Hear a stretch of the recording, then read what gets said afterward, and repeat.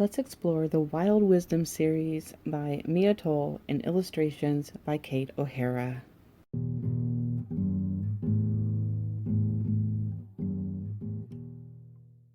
So, on a random day at Barnes & Noble, I came across this deck, and I brought it home and fell in love with it. I love decks that feature nature, of course. I, who loves nature, would love a nature deck. And I was exploring other decks by her when I discovered the book. So, the book that comes with the Oracle deck is really beautiful. It talks about the animals.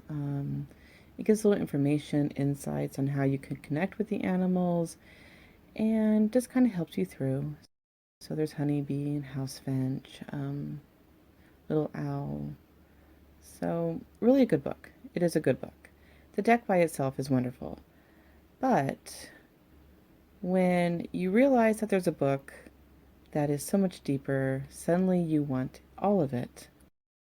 So the card stock is beautiful. It is nice, it is thick, it has a matte rather than a gloss, which is really nice in your hands.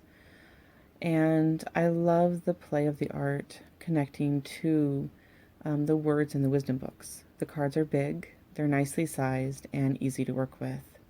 I'm going to do this for each book. I'm going to explore each deck and talk about my thoughts about each deck and then the entire collection together. So the little cards that come with the book, they're great and they will last a while. I have used these cards now 2 to 3 years. They come in this little back portion in the book, and yeah, that's about what to say. The card stock is not as good. It's very flimsy. Quite a few of my cards have been bent and are separating, but they're still a really nice deck to go with that book. So you can see the difference between the gloss of the small cards and the matte finish on the larger deck, and the difference with flexibility. Yeah, the big cards also have more weight to them. They just feel better in your hands than the smaller deck. So, but you can tell that you're not losing anything in the art. You're not losing anything in being able to use the deck that comes with the book. For today, though, let me show you the deck through the bigger one, just so you can enjoy the art a little more than the smaller ones. So let me put that over there, and let's get into the stack. Pause, assess, and act. Let's throw the music on. Digest your past. Find your element. Honor lineage.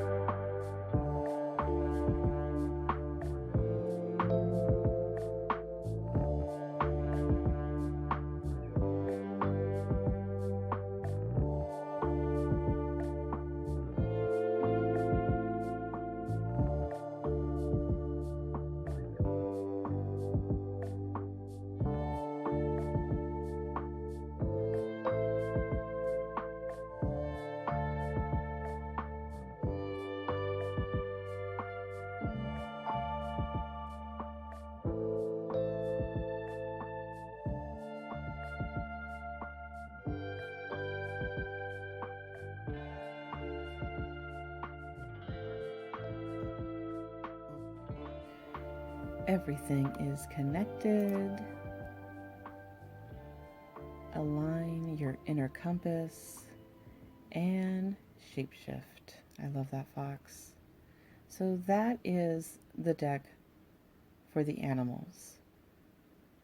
It's a beautiful deck, as you can see, and I plan on getting the other two larger decks, but I don't have them yet.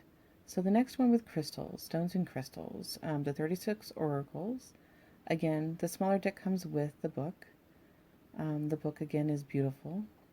This is the newest to my edition, so it still has that creak when you open the pages.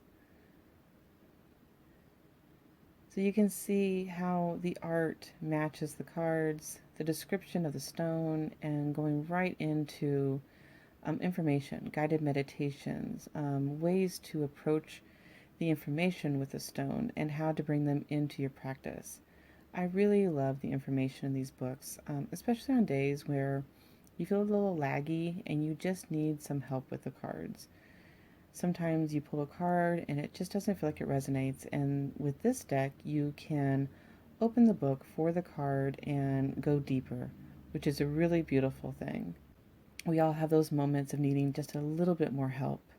So the crystal book is gorgeous. And we go with the purple deck. And let's get into this one and cue that music.